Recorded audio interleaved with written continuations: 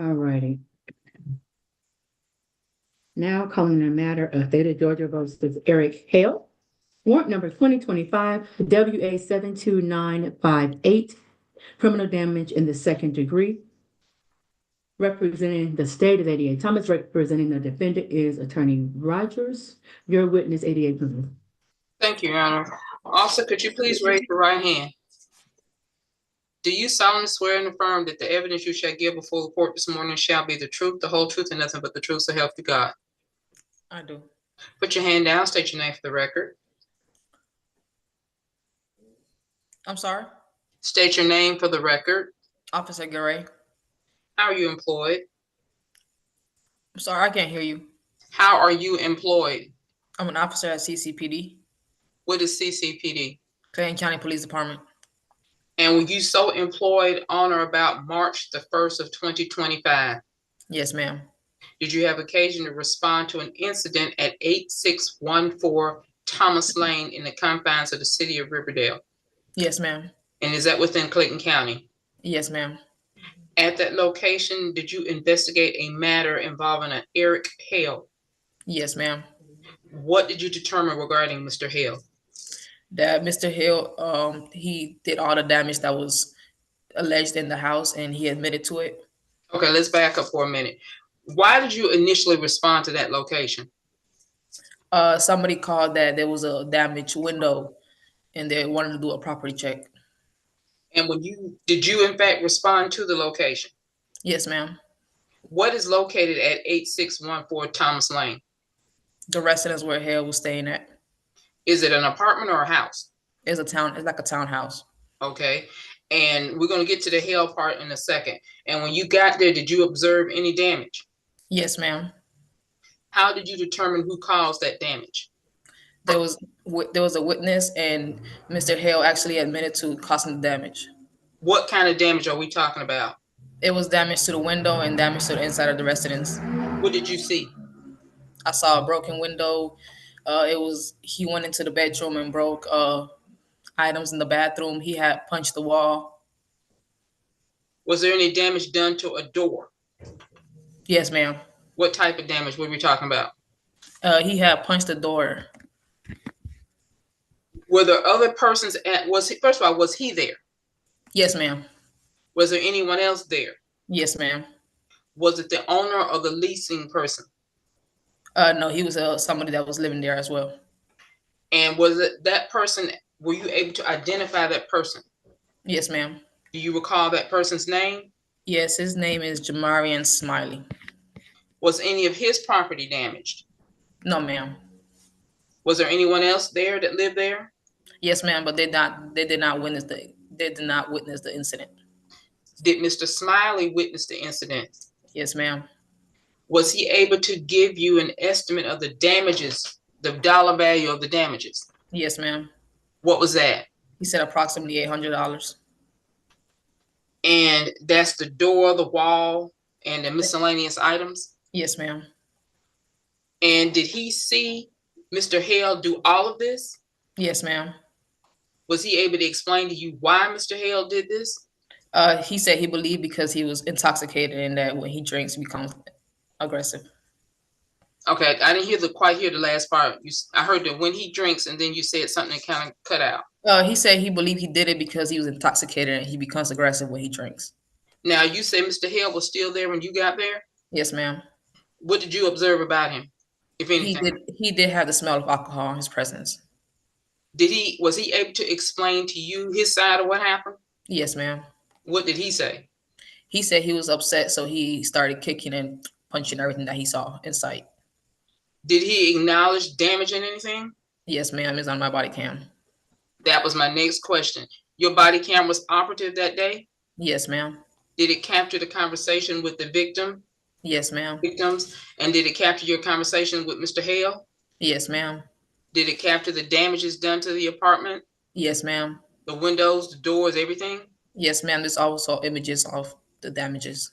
Okay. And where is that body cam footage now? It's on my body cam. I'll have to pull it. Is it physically on your body cam, or is it uploaded into PD's cloud or what have you? It's uploaded. Okay, so it's within PD custody. Yes, ma'am. Were any other officers there on the scene? Yes, ma'am. Did they have body cam? Yes, ma'am. Would their body cam have captured what they Yes, saw? ma'am. Yes, ma'am. And has it been uploaded also to the best of your knowledge? Yeah, to the best of my knowledge, it should be uploaded. Okay. Now, after talking to the second person, you said it was not there? I'm sorry? The second victim was not there when the damage occurred? No, Mr. Elijah, he was not there. We was not able to get in contact with him. His items were the ones that were damaged. Okay. Oh, you're on a laptop, correct? Yes, ma'am. You can see everybody that's in court right now? Oh, yeah. Do you see the person that you spoke to and identified as Eric Hale in court? If so, identify him by physical appearance or article of clothing. I do not see him. Hold on. Yeah, that's him. You need to identify him. We got at least 2 men on with us. He's slim, dark skin, short hair, Is there anything distinctive about his clothing? orange clothing. He's not wearing a suit? Yes, a suit, orange suit. An orange suit. Like a dress suit or a jumpsuit? A jumpsuit. Okay. Your Honor, I believe, let me double check. I believe that's all I have at this time. Reserve right for redirect. All righty. Attorney Rogers, go ahead and cross. Thank you. Officer, you the lead on the case? Yes, sir. And the location, do you know anything about whether or not it's an Airbnb or anything like that? Yeah, it was. I got told that it was an Airbnb that they were renting out, paying monthly on it. And when you say you were told that they were paying out monthly on it, do you know who do you have in mind when you said they were paying out monthly? Mr. Elijah, he was not there at the residence. And the other witness, Mr. I think you said Smiley, is that correct? Yes. Do you know his relationship to Mr. Hale and Mr. I think it's Yeldon is his last name. They were just friends. They were all living together. So he was living at the residence too. But Elijah was the main person. Who told you that Mr. Hale was living there? They told me that he was staying there. And when you say that, you mean who is that? Mr. Hale admitted that he was staying there, and the witness also said that he was staying there. And as far as the items, I guess, because on direct you mentioned just items generally. Do you know what items specifically were damaged? Yeah, it was like the bed frame was damaged, the mattress was flipped over. If you went in the bathroom, everything off the bathroom counter was thrown on the floor. Everything in the bathtub, like everything was thrown out. There was frames that were damaged. It was everything that was in the bedroom basically was damaged. And when you say the bedroom, I guess, how many bedrooms are we talking about? We were talking about 2 bedrooms. Okay. It was Mr. Elisha's bedroom, and then I believe the bedroom that Hale was sleeping in. Okay. So, and I just want to make sure I'm understanding you. So it's a 2-bedroom residence with 3 I people? believe it was 3 bedrooms, but he did not touch the 3rd bedroom. Okay. So then I guess my next question then would be, I guess, do you know how Mr. Smiley would know what condition items were in previously if it's not in his room? Oh, he wouldn't know. He saw the main damage, which was the window and the door and the wall. But he just know when I walked in the room, I just seen all the items damaged off. They were still in the room on the floor. They were all damaged. And when you talked to Mr. Hale, if I understood you correctly, you said he admitted to doing damage. Were you asking him about specific items, or do you remember how you phrased the question? Let me put it like that. Yes, sir. I remember asking him if he damaged anything in the residence, and he told me that he was upset, so that he went in there and kicked and threw everything that he saw in sight. And it's on my body cam and other officers' body cam.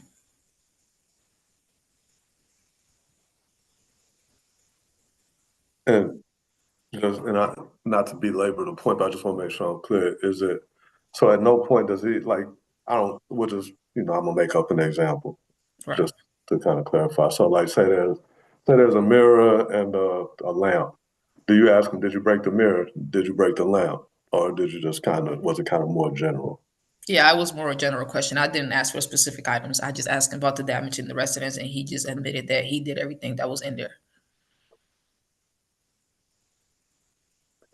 Do you know when the damage occurred? It occurred right before PD got on scene, a few minutes prior. Did you ever, did Mr. Yeldon or Elijah, did he ever respond to the scene while law enforcement was there? No, sir, we were not able to get in contact with him. We were able to identify him.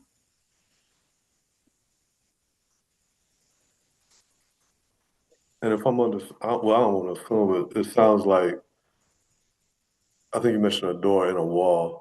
What door and what wall are we talking about? Like, like, are they in somebody's room or they hallway? Like, It was the door downstairs. It was a bathroom door. So when you first walk in the residence, towards the back door is a bathroom, and the door was damaged. It was a punch. Somebody punched it, and okay. And we talking about like just like a little kind of like a lightweight interior door is what we talking about as far as that bathroom door. yes, sir.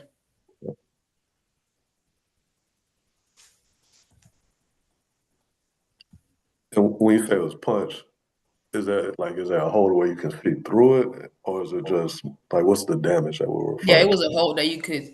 Yeah, it was a hole. Like you could see that the marks of knuckles were in there. Can you see through the door? No, you couldn't see through the door.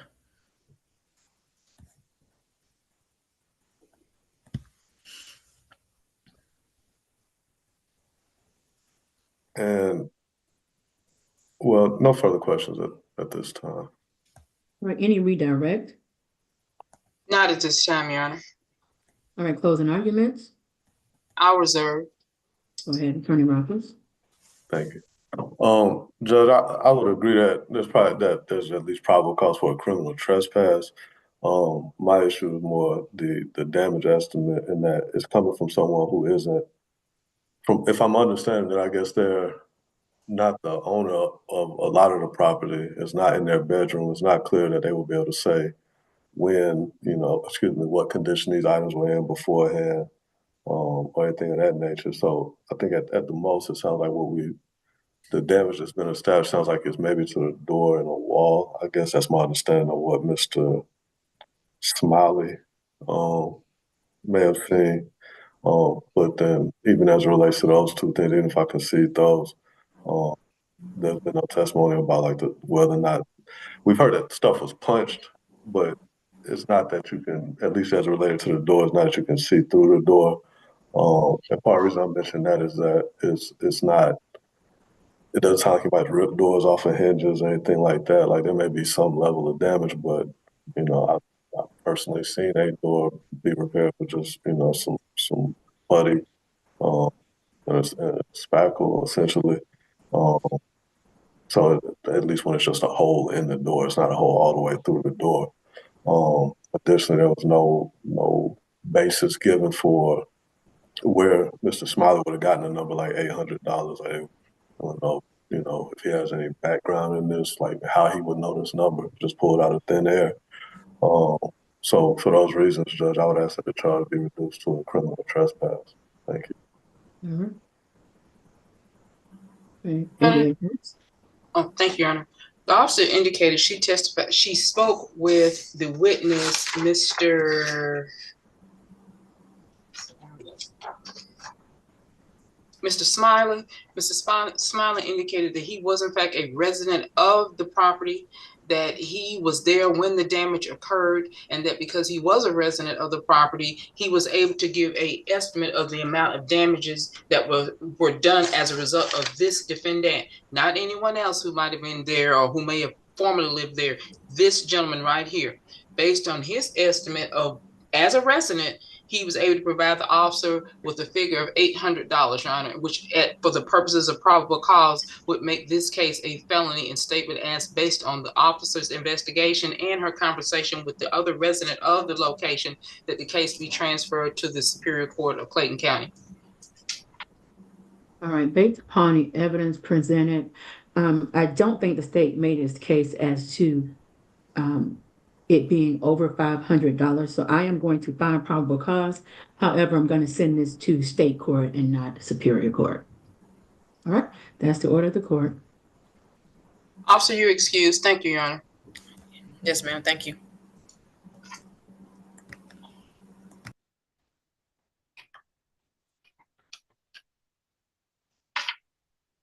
Your Honor, state will be calling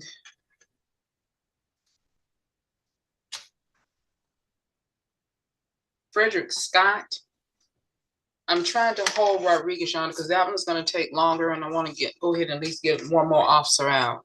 Yes, please. Yes. I actually wanted to keep that one to toward the end because we may have to get off the link and me add the translation and come back.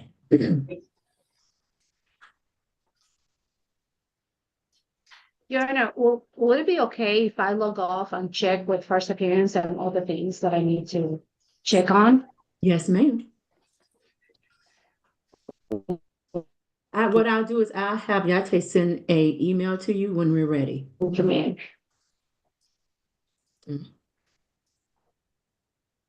All right, we are done with Mr. Hale. That will be perfect. Thank you.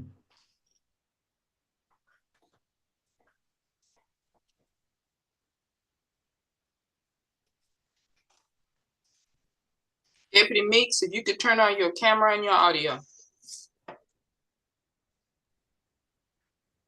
And so what defendant is this one about to be? Frederick Scott, Your Honor. Your Honor. So we have Mr. Sonny. Okay, all right, hold Mr. Sonny for a moment. Okay. Thank you. And I'm sorry, what did you say, 88 Thomas? What case, Scott? Frederick Scott. Okay. He has just one charge? And that's all I see. Is that correct? Yes, ma'am. To my knowledge, yes, ma'am. All right. If we can get Mr. Scott, please. Frederick Scott.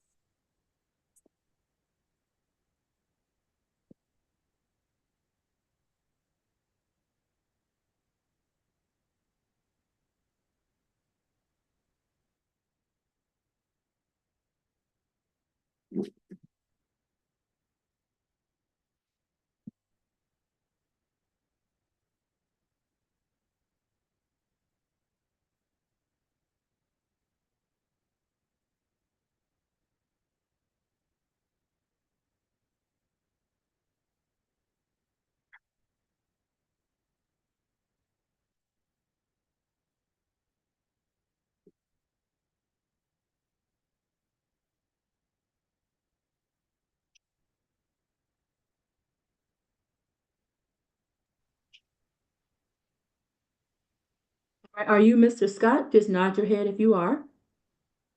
Frederick Scott? Okay, I take that as a yes. All right, now calling the matter of State of Georgia versus Frederick Charles Scott, charged with possession of drugs by an inmate, 2025 WA01846.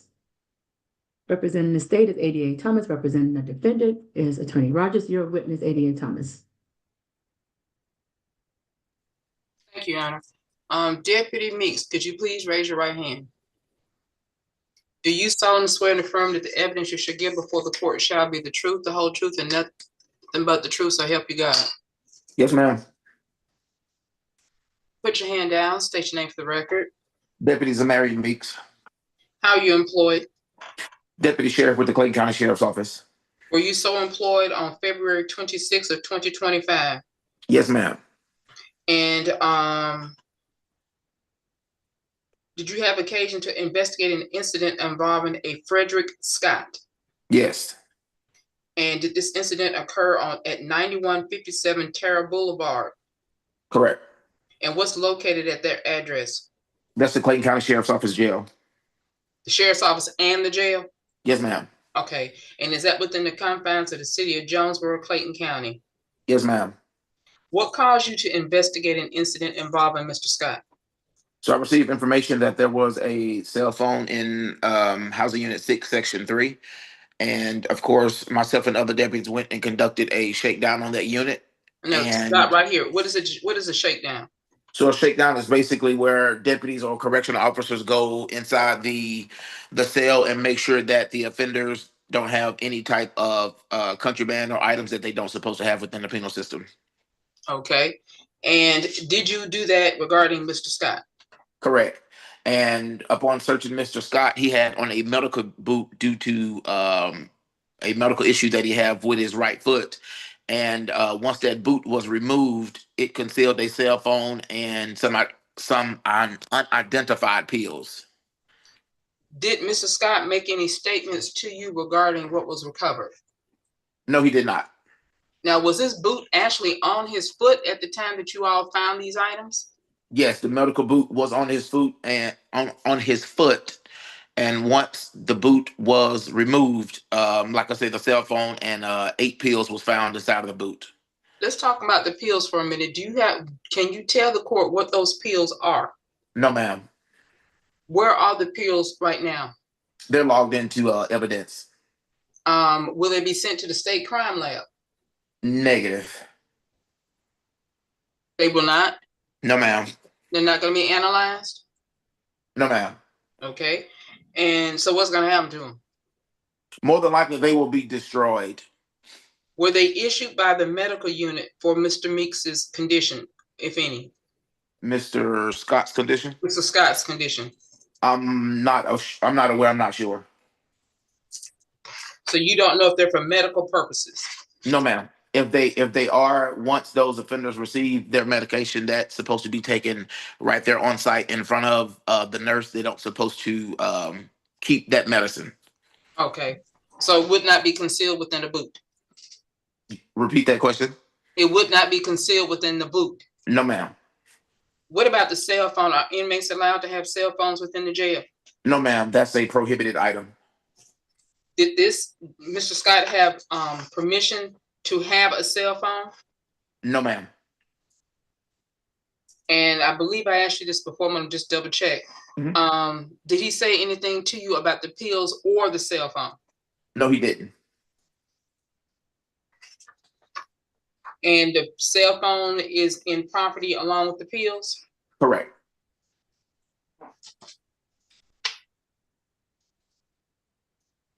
Are you able to see everyone that's in court today? Are you on the phone? I only see you at the moment. Let me see if I can. If you can see if you can identify if the defendant that you investigated is in court today. I think they would have to make a sound in order for the video to switch. Okay.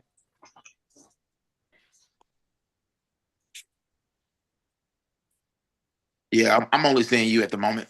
Okay. I believe he can swipe his device and it should show him everybody.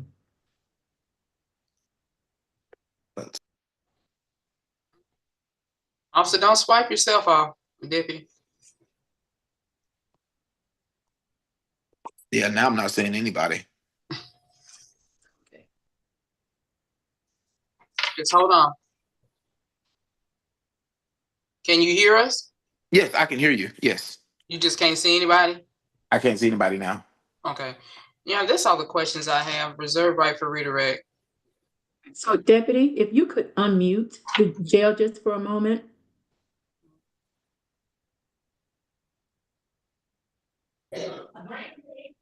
Yeah. Okay, he has on a green uniform. Okay. Thank you, Your Honor. Thank you, Deputy. That's all I have, Your Honor. All right, Cross. Deputy Meeks, you the lead on this case? Correct.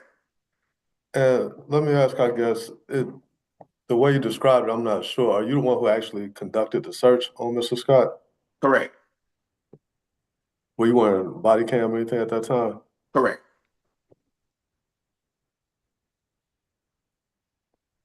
Well, let me ask you about something you said on direct. You said, and correct me if I got it wrong, but I think you said you received info that there was a phone in the housing unit. Is that correct?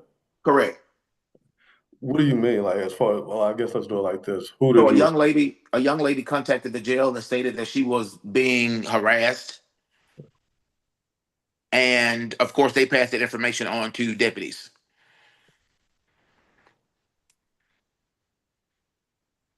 And so, I don't want to put words in your mouth, but when you said she Right. contacted the jail, are you saying that, I guess that the harassment she's saying is being done via phone or something like that? Correct. Did she say who was doing the harassment? I can't remember exactly who, but I do know it was pertaining to harassment. And so the shakedown, it wasn't targeted about Mr. Scott. Negative. It was just a shakedown in that unit just to ensure that there wasn't a cell phone inside of that unit. Hold on 1 second, guys, 1 second.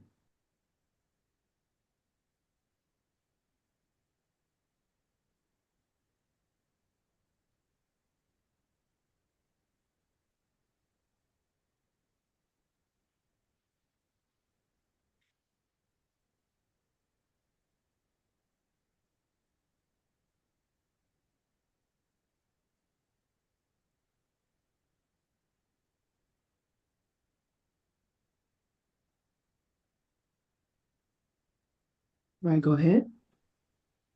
Yeah. So as it stands right now, do you have any idea how Mr. Scott came into possession of the phone?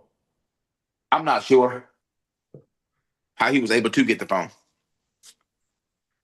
And if I understood you correctly, well, I don't want to assume, I'm just going to ask you, did you actually interrogate Mr. Scott at any point?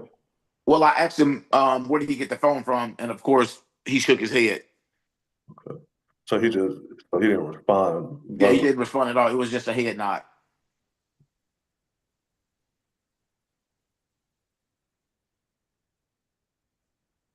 Um,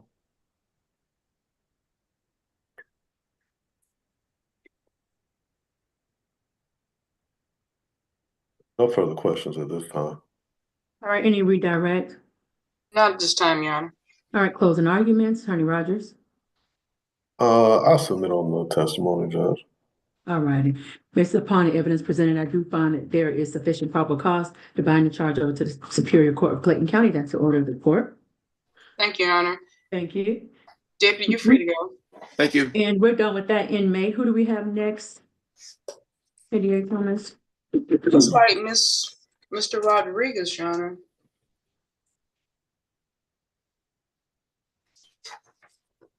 So, Let's get this Bermuda's back. Excuse me, Your Honor. The other deputy made a list of people that can go back, and Miss Gregor was on there. I just wanted to confirm. Frazier. Gregor? Oh, no. Don't send him back. Okay.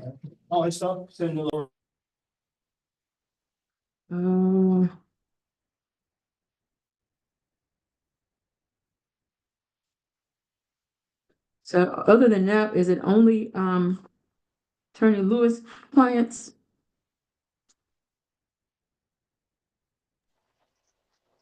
Your Honor, I think Ms. Borrow wanted to speak with her client.